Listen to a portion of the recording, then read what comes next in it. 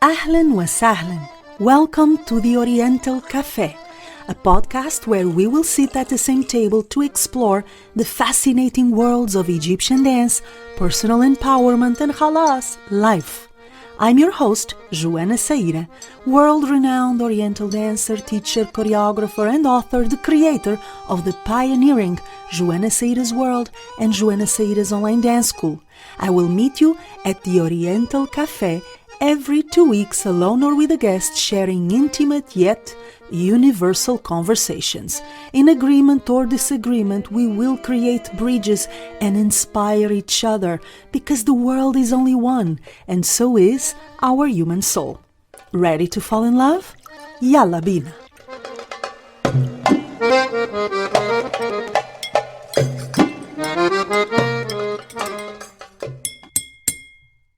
The Egyptian dancers who shaped me as a dancer and a person, the iconic figures, the choreographers, the performers, the teachers who changed the way I see myself, Egyptian dance and life. Here's the theme of this new episode of the Oriental Café podcast by yours truly, Joana Saahirah.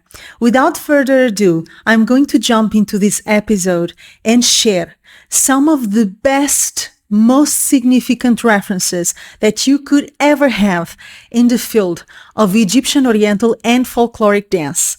People I had the luxury to meet, to watch perform, or to study with. People who changed me and my life from the inside out. Here we are for an amazing, fully packed episode of our podcast with a gift at the end. So I'm offering a free dance class at the end, and I have a couple of invitations to make. So make sure you listen to this episode from the beginning till the end, because there are treats for you at the end of it, okay? Without further ado, let's dive into the importance of our references, teachers, dances that we love, dances that influence us. Here's one thing that I've noticed. A lot of dancers tend to think that they have to choose between being confident and expressive about their identity and acknowledging and celebrating the teachers and the dancers who formed them. They presume that it's either one or the other. If I want to impose myself, to make a name for myself, to create my own dance style or teaching style, that means I cannot acknowledge the people that came before me, the teachers that formed me, that educated me. This is not only wrong, but also untrue. You can and probably should acknowledge your teachers, your references, the people that shape you, as much as you can and probably should affirm your unique fingerprint, the things that pour from you, the original work, if originality exists, and that's a question for another podcast episode, that pours from you, everything that is uniquely yours. Now, I have become Joana Saahirah. I have my own teaching method, original, pioneering teaching method I am very proud of, my own dance style, my writing style, my lecturing style.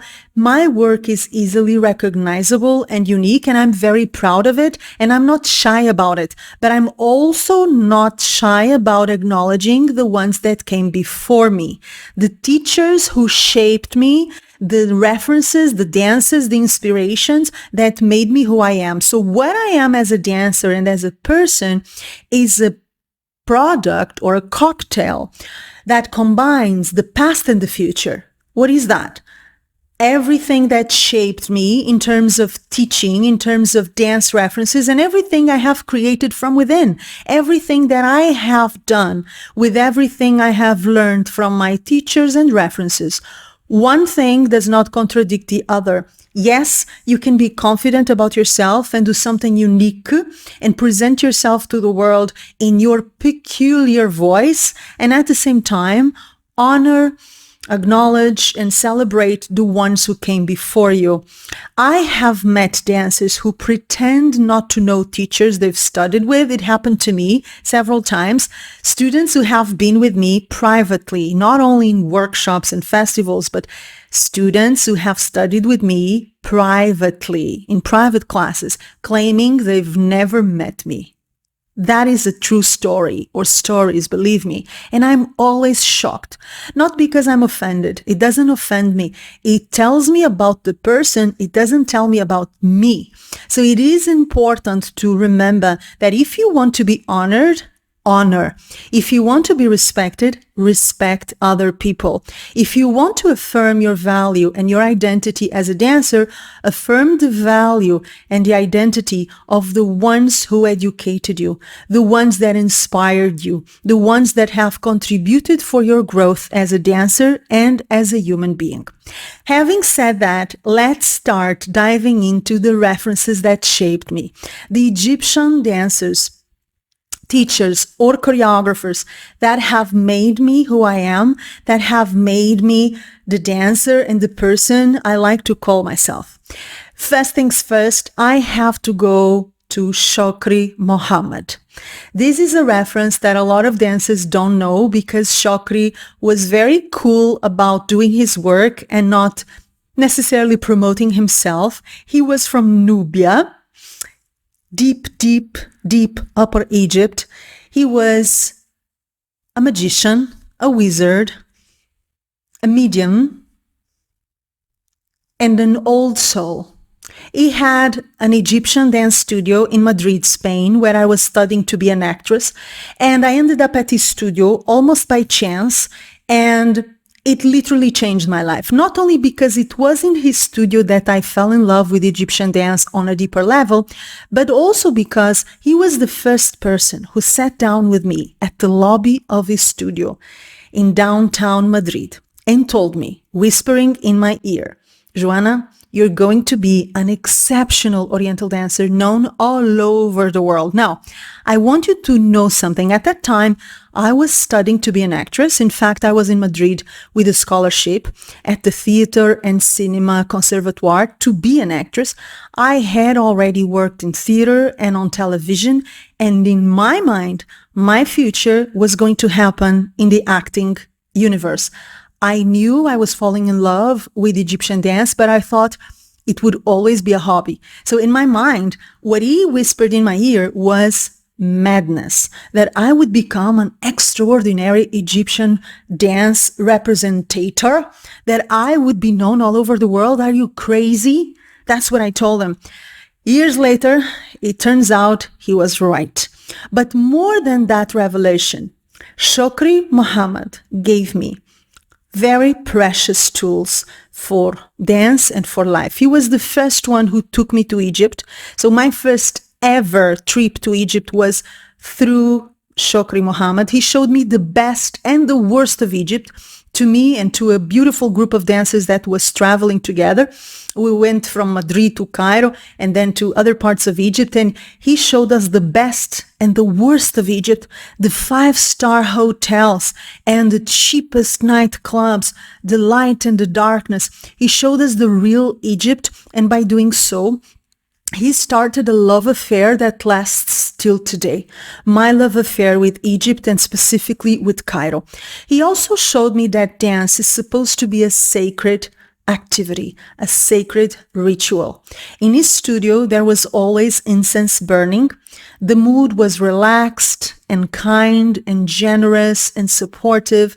There was no competition. There was no number one or number two. There was no stimulation towards competition. He set the mood, the environment for an act of sacrality, an act of divinity. Although he never spoke about it, not through words, he made me and my colleagues notice that Egyptian Oriental dance is or can be indeed a sacred art form. That in itself is a mind opener, and it sets the path for everything I've learned from then on. So coming from Shokri, I already knew that Egyptian dance could be that sacred art form coming from the heart, coming from the soul, coming from a loving place. And everything I've lived and everything I've discovered and learned afterwards was colored by that initial door that he opened in me, that he opened in my consciousness. And that door has never been closed. So he was a magician who initiated me in the sacred art of Egyptian dance, and not even the worst times in Egypt, not even the worst discoveries that I made later on about the real Egyptian dance in Egypt and how Egyptian dance is perceived in Egypt, none of it could erase the sacredness that he showed me. None of it could erase the fact that I knew from scratch from him that Egyptian dance can be a high, beautiful, elegant, spiritual practice. Now, after Shri Muhammad, I have to mention the icon of all icons, and that is Souhair Zaki. Now, let me tell you one thing. I did not have the chance to watch Souhair Zaki perform because when I started traveling to Egypt, first to study and research and later on to work, Souhair Zaki hadn't performed in a long while. She was not on stage anymore, and she hadn't been on stage for quite a while. So my contact with Souhair Zaki can be resumed to the videos that all of you can watch on YouTube, Google, wherever you watch your videos, and to the classes I took with her, a workshop and private classes, and also to the tales, the stories that later on my musicians told me about working with her. So let's go point by point. I studied with Souhair Zaki in Ahlan wa Sahlan Festival, one of the first editions, and I had the privilege of taking a few private classes with her before she disappeared. Okay? What did I learn above everything? It was not about technique, and it was not about choreography, and it was certainly not about showing off. Souhair Zaki was all about storytelling and true, honest vulnerability. I remember watching her in our private classes, and I was supposed to follow her, as you do, and I was so moved. I was so in shock of what I was seeing that I had to stop moving and just watch her. And I noticed that she was telling her story, her life story. She was speaking about herself through the dance, through the movement. She would close her eyes and go deep into an emotional luggage, go deep into herself and bring the music out of herself and tell her story and basically express her life through the dance. That was a masterclass in advanced Raqs-e-Sharqi. At that time, I did not know it. I just knew that I was shocked. I just knew that I felt like crying. She was moving me on an emotional, deep level. But later on with experience, I realized that what I had witnessed was a masterclass in highly advanced Raqs-e-Sharqi. When everything is said and done, when you've learned all the technique, you've tried all the flicks and the flacks and all the tricks and the hacks, there comes a point of synthesis, of simplicity, of going back to the essential. And she was showing me the essential. And the essential was moving from the heart, going in, quitting the outside world, as in not caring if you are pleasing people or if you are impressing them, not caring about followers and likes like it happens today, but really, truly expressing your life through the dance, through the music, and being absolutely human. Not being a machine, a movement machine, but being a human being, expressing herself from her truest, deepest, most vulnerable spot. It still takes my breath away till this day. And once again, that was a turning point in my concept of Egyptian dance. What is this? And what should I aim for? What is the direction I should head for? That was a huge, huge turning point. When I started traveling in Egypt, and then when I started working in Egypt and asking musicians about Souhair Zaki, I ended up knowing so many stories about her life, about her work, how she conducted herself on stage, in rehearsals, in her life. And I have to tell you this, all the musicians showed deep respect for Souhair Zaki. Everyone, with no exception, told me she was a fanana, yani an artist, and she was Sit il-Kull. Sit il-Kull, a lady of all ladies, a true lady, elegant, respectful, an artist, a soulful human being. This is not common. How would I put it? This is not common because in Egypt, everyone loves dance and everyone loves Egyptian music, but that doesn't mean that musicians and dancers are respected. They're not. Okay, so having all the musicians telling me that Souhair Zaki was a true lady, a true artist that they respected so deeply, that is extraordinary. All right, and that only added to the mystique and to the memory and the impact she had on me. Now, aside from Shri Muhammad and Souhair Zaki, of course, I have to mention Fifi Abdu, المعلمة, ست الكل, بنت البلد, بنت الجادة يا عم. Yes, the true Baladi woman at her best. I did not study with Fifi Abdu. I watched her perform only once, but only once was enough. So I was in Egypt in one of my many trips to study and research, and I was searching for Ibrahim Akif, the famous uncle of the ever so famous Naima Akif, another huge inspiration of mine from the golden era of Egyptian dance. As I searched for Ibrahim Akif, I went into a downtown coffee shop full of shishas and tables and radios pumping music, and I don't know how I ended up there, but somehow I was there, and Ibrahim Akif was supposed to go there regularly to play shishpish, backgammon. So I asked about him. At the time I was told he was sick and unable to teach, but the man suggested that I would go to a theater play in Ramses Theater, where Fifi Abdu was acting. I asked myself, but I'm asking for a dance class. Why is this gentleman sending me to a theater play? But then I thought, Fifi Abdu is there, maybe she will dance, even if it's just for a few seconds. To hell with it. I'm an actress. I like theater. I don't understand Arabic. Should I go? Should I not go? I decided to give it a shot.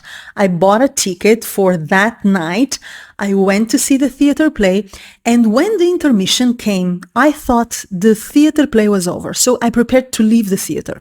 A gentleman whom I did not know pulled me back in again, made me sit, and told me, la la la la la, you have to stay. He got me a shay, a cup of tea, and he made me stay, and he promised me in his broken English that something special was coming and I had to watch it. I trusted him. I thanked him and trusted him and stood put. The second part of the play opened with Fifi Abdu and the grand orchestra doing the famous tableau Azemnia, a tableau that years later I did with my orchestra in Cairo. Can you imagine how life is? How crazy that is? That tableau that made me fall in love with Fifi Abdu, that tableau that made me go deeper into Egyptian dance and my passion for it, was the same tableau that I did years later with my orchestra in Cairo. Azemnia. روسي كراسي يا بندرس يلا أوام ما تعرفش تبص اتلنا الشاي مع واحد شيشة واتنين قهوة كمان عالبيشة يلا أوام أعملك همة وارمي عليهم ماركة ونص يلا أوام أعملك همة وارمي عليهم ماركة ونص. Yes, that's what Fifi Abdu sang, and that's what I sang years later. How crazy! What made me fall in love with Fifi Abdu was not her dance moves, it was her charisma and her unapologetic self-confidence. I have never seen a performer so impactful like her. She taught me about the power of personal charisma of confidence and self-indulgence. You doing it for yourself. You're not doing it for others. You're doing it for yourself, and you're enjoying it so much that others are contaminated, right? I was ready to marry Fifi Abdo. That's how captivated I was. She went down to the audience and she was smoking the shisha and blowing the smoke on people's faces. When she blowed the smoke on my face, I told her, Fifi, marry me right now. Otherwise, I will throw myself in the Nile. That is a fact. And that is how in love I was. In my dancer's brain, there was a conflict. A part of me was asking, why the hell am I so enthralled by this? Because she wasn't showing a lot of vocabulary. She was using a few steps, a few moves, very basic, very easy, but she was using them in a way that filled the entire theater. I felt it filled the entire city, the entire country, for God's sake. That was more than enough. So it was not about the quantity of movements or the complexity. It was about how she did those movements and the soulfulness, the presence, the sensuality, the charisma, and the sense of humor she put in those movements. That was another turning point. It has shaped the performer I became, and it has ever since contaminated me. I've always remembered Fifi Abdo and that particular show whenever I feel in doubt about my skills, about my talent. I always go back to that self-confidence and to that juiciness of Fifi Abdo, and she keeps inspiring me without knowing about it. Now, we have Shri Muhammad, we have Souhair Zaki. I mentioned Naima Akif en passant as well. I've mentioned Fifi Abdo, and now we have to go towards Nagwa Fouad, Mona Said, and Aza Sharif. Another set of dances that have shaped me and changed me forever. Aza Sharif was someone that I lived with for quite a while because I had private classes with her while I was already performing in Egypt. So I would perform at night and rehearse, and then I would study with Aza Sharif or with Mahmood or with both. So I had this double life of being a performer and being on stage and building my name. But at the same time, I never stopped being a student. And this is something that I believe in with all my bones, that studying, educating yourself can only make you better, can only stimulate and empower your creativity. All right. So I don't stop studying when I become a professional. When I become a professional is when I need to study more, actually. Okay. But that's just me. That's just me. I'm crazy that way. So how did they inspire me? Right. Aza Sharif, Nagwa Fouad, and Mona Said all showed me what it means to be an Oriental dancer, way beyond the technique, way beyond the way the body looks, way beyond what we consider great dance, whatever. They showed me that Egyptian dance is about expression from the soul, deep emotion, and raw, true freedom, especially Mona Said. Mona Said had a fierceness about her. There was a tiger, a lioness element about her, a raw, wild nature that really stimulated me and inspired me. She did not want to behave like a cute, sexy kitten as you see today so often. She wanted to be her full, most powerful self, absolutely free, physically, mentally, emotionally, spiritually, and she dragged you with her.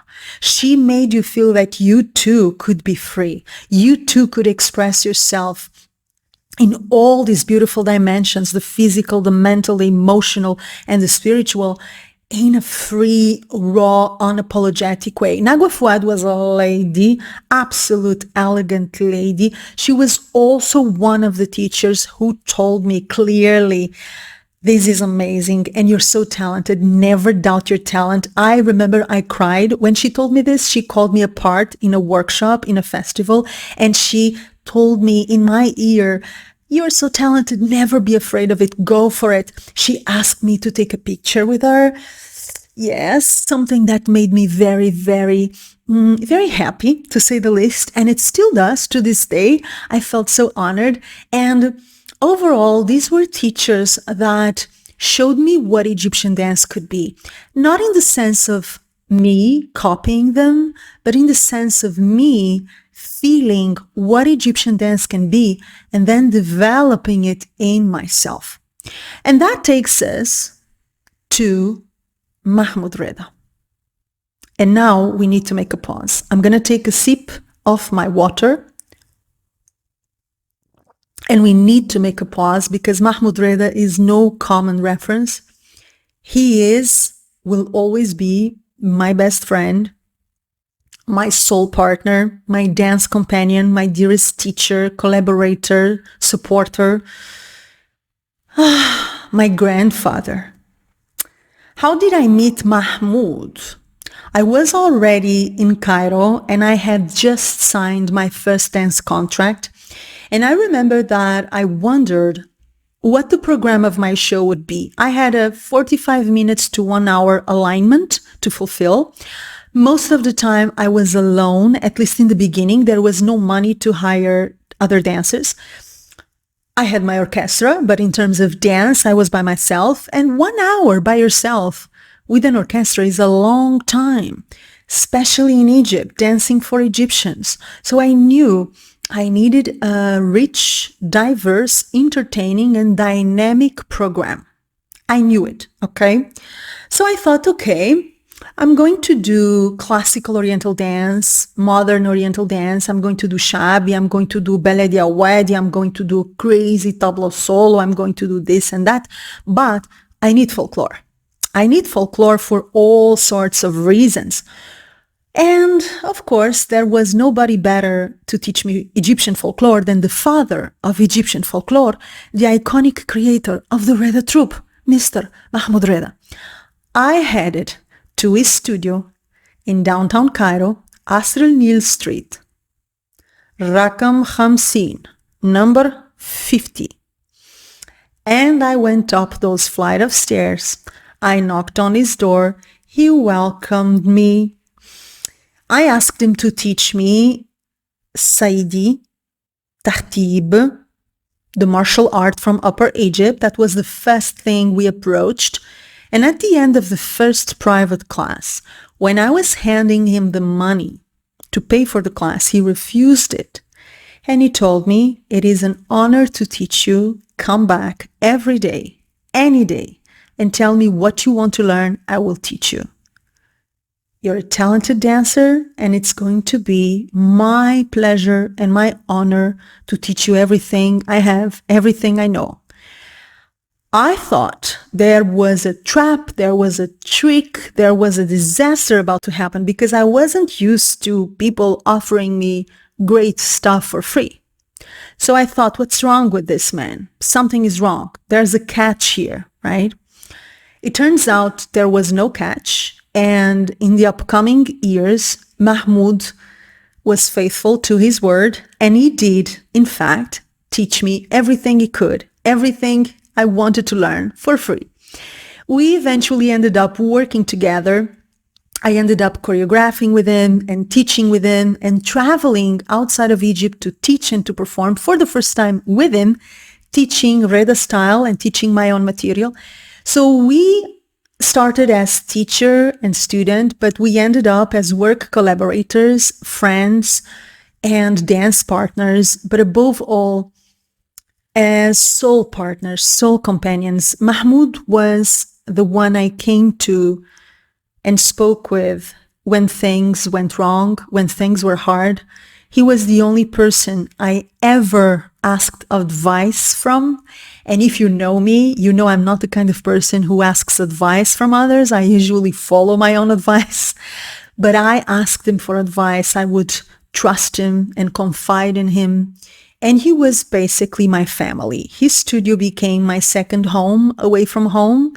I would spend hours rehearsing with my musicians in his studio, working by myself in his studio, working with them in his studio, preparing his work in his studio or preparing my work in his studio, teaching students that came from abroad in his studio.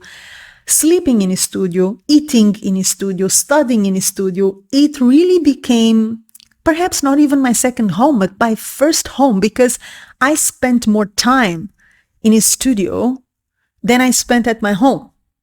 So my life was basically stage, rehearsals, Mahmoud studio. Stage, rehearsals, Mahmoud studio. That was my life.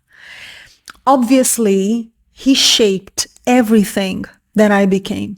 Not only the dancer that I became and the wide range of techniques that I can teach, and if I am able to teach Egyptian, Oriental, and Folkloric dances today with the depth that I can, I owe it to him.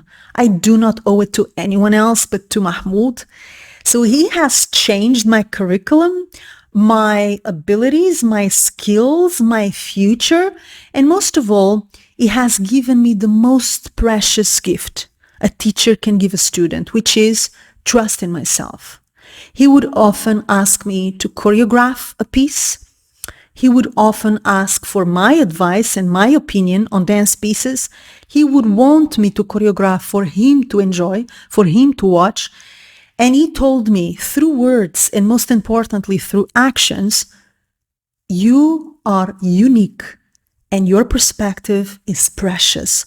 That in itself is a life changer, and it has followed me ever since. I do not speak of Mahmoud Reda in the past because for me, he's always present. There is no day that passes by without me thinking about him, talking about him, dancing something that he taught me. He is in me and he is in my dance till I die. And most of all, he reminds me of what it means to be talented, disciplined, professional, but at the same time, kind, generous, supportive of others, humble, simple, but also very careful and strong in boundary setting and self-respect, because that too I learned from Mahmoud Reda. Now I have prepared a free Reda Dance Style class for the subscribers of our podcast newsletter. What? Yes, there is a special class with a combo, a dance combo, Reda style, pure Reda style, and the few wisdom pearls that I have learned from Mahmoud only available to the subscribers of our podcast newsletter. If you are not a part of the newsletter, this is when you subscribe. Follow the link that I'm sharing either in the show notes if you're listening to this episode in the audio platforms, or in the description box below this video if you're watching it on YouTube, and claim your free Reda style class. I promise you it's worth it. It's so beautiful and fully packed with juicy material that you will be able to use in your dance.